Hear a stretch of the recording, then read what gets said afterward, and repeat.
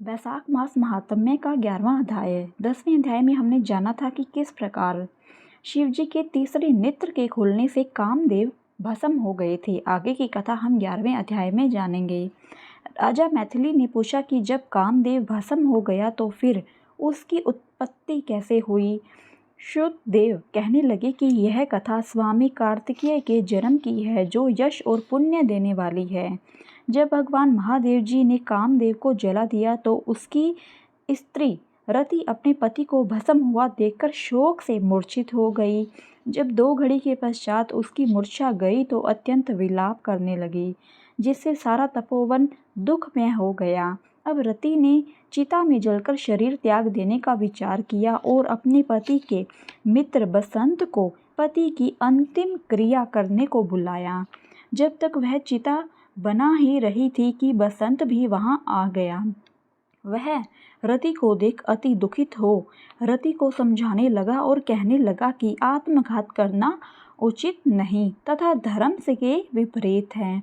जब बसंत ने उसके शरीर त्यागने का विचार दृढ़ देखा तो नदी के किनारे पर चिता बनाई और रति गंगा में स्नान कर सब इंद्रियों को रोक और मन को आत्मा में लीन करके चिता पर चढ़ने को तैयार हो गई। तो उसी समय आकाशवाणी हुई कि हे पति प्रेमा, तुम चिंता में प्रवेश मत करो, तुम्हारा पति महादेव जी और कृष्ण भगवान से उत्पन्न होगा।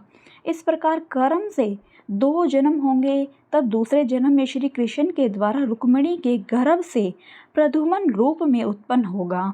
तू ब्रह्मा के श्राप से शंबर नामक राक्षस के घर में निवास करेगी, वहीं तेरा पति प्रद्युम्न तुझको प्राप्त होगा। इतना कहकर आकाशवाणी समाप्त हो गई और जब रति ने आकाशवाणी सुनी तो उसने चिता में प्रवेश नहीं किया। फिर जिनके कार्य की सिद्धि के लिए श्री शिवजी ने कामदेव को भस्म कर दिया था, उन सब देवताओं ने बृहस्पति, इंद्र और अग्नि को आगे करके रति को वरदान दिया कि अब से तेरा पति नंग कहलाएगा और अंग वाले की तरह मरा हुआ भी दिखाई देगा। और फिर कहने लगे कि पूर्व काल में तेरा पति सुंदर नाम का राजा था, उस जन्म में भी तुम इसकी पत्नी थी, परंतु रजशंकर कारिणी होने के कारण तुम्हारी यह दशा हुई।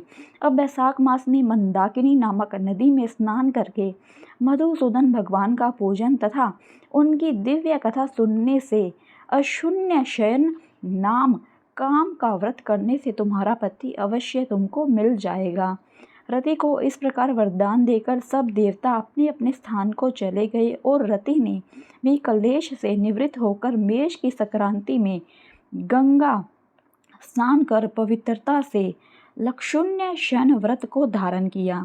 इस व्रत के करने से उसको उसी समय कामदेव दिखाई दिया।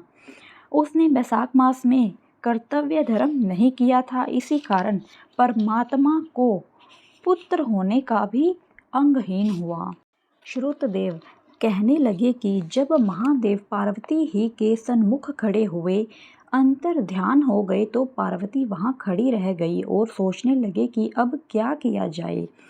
तब उनके पिता हिमाचल उन्हें अपने घर पर ले गए, परंतु पार्वती श्री शिव जी के गुणों पर इतनी मुग्ध हो गई कि उन्होंने अपने मन ही यही ठान लिया कि श्री शिव जी ही मेरे पति होंगे। और वह अपने पिता के समझाने पर भी कुछ विचार न कर श्री शिवजी की मूर्ति को अपने मन में धारण करके गंगा तट पर जाकर घोर तप करने लगी। भोजन आदि छोड़कर तप करते करते बड़ी बड़ी जटाएं उनके सिर पर हो गई। इस प्रकार 1000 वर्ष तक शिव जी की आराधना करती रही। एक दिन सायंकाल के समय श्री महादेव जी पार्वती जी की परीक्षा करने के लिए ब्रह्मचारी वेश धारण कर उनकी पर्णकुटी में आकर उनकी अचल भक्ति देखकर कहने लगे कि हे भद्रे, जो तुम्हारे मन में हो वरदान मांगो। तब पार्वती जी कहने लगी कि मैं यही वरदान मांगती हूँ कि आप मेरे पति हो। तथास्तु कहकर श्री शिवजी ने सप्त ऋषियों को बुलाया और उपस्थित होने पर उन्हें आज्ञा दी कि तुम हिमाचल के पास जाकर विवाह का प्रस्ताव रखो। सातों ब्रह्मवादी ऋषि चारों तरफ प्रकाश करते हुए आकाश मार्ग से हिमाचल के घर पहुँचे। राजा ने उनका यथोचित पूजन आदि से सत्कार किया। तब ऋषियों ने कहा कि हे राजा हिमाचल, तेरी कन्या पार्वती पहले दक्ष की कन्या सती थी, जिसने अपने पिता के यज्ञ कुंड में गिरकर अपने प्राण त्याग दिए थे। इनका पानी ग्रहण करने के योग्य सिवाय शिव के और कोई नहीं है, इसलिए तुम अपनी कन्या का विवाह श्री शिव जी के साथ कर दो। तब हिमाचल ने कहा कि मेरी कन्या ने तो छाल के वस्त्र पहनकर गंगा तट पर शिव जी के साथ विवाह करने के लिए अनशन व्रत धारण किया हुआ है, सो उसकी मनोकामना पूर्ण हुई। आप महादेव जी को जाकर कह दे कि मैं प्रीतिपूर्वक अपनी कन्या उनके अर्पण कर चुका हूँ, आप उनका अंगीकार कीजिए। फिर हिमाचल कन्या के विवाह के प्रबंध के लिए सोचने लगा। उधर सप्तऋषि श्री महादेव जी के पास पहुँचे और विवाह निश्चित करके चले गए।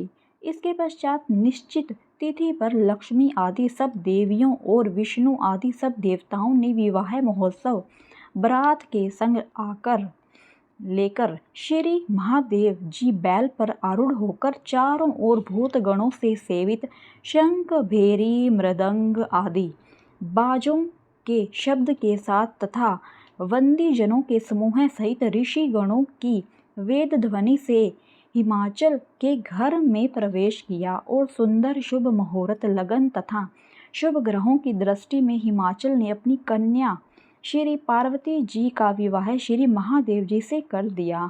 महोत्सव के पूर्ण होने पर श्री शिव जी लौकिक धर्म का पालन करने लगे। संपूर्ण रिद्धि और सिद्धियों से युक्त इंद्र के भवन के समान हिमालय के शिखर पर नंदिनी के तीर पर वन के बीच में जहाँ भौरे गूंजते और पक्षी अपना सुंदर शब्द करते हैं, पार्वती के साथ दिव्य 1000 वर्ष तक रमन करते रहे। जब श्री शिव जी पार्वती के संग नित्य रमन करते रहे, परंतु गर्भ स्थिति न हुई तो देवताओं को अति चिंता हुई और सब मिलकर इसके कारण को सोचने लगे कि नित्य ही पार्वती के गर्भस्राव होने के कारण हमारे कार्य की सिद्धि नहीं हो रही। फिर विचार कर अग्निदेव को बुलाया और उनको समझाया कि जिस समय महादेव जी रमन कर चुके हो, तुम उनके सामने चले जाना। पार्वती तुमको देखकर लज्जा के मारे वहाँ से हट जाएगी और तुम शिवजी को अपनी बातों में लगा लेना और शिष्य समान के बहुत से प्रश्न करना तथा समय लग जाने पर पार्वती जी की गर्भ स्थिति हो जाएगी। अग्निदेव ने ऐसा ही किया और रमण के समय वहां पहुंच जाने से पार्वती जी वस्त्रहीन होने के कारण लज्जा के मारे रमण छोड़कर एक तरफ हो गई। शिवजी महाराज को ऐसे समय में अग्निदेव का आना बहुत बुरा लगा और उन्होंने शाप दिया कि मेरा वीर्य तुम्हारे मुख द्वारा से तुम्हारे उदर में प्रवेश करे।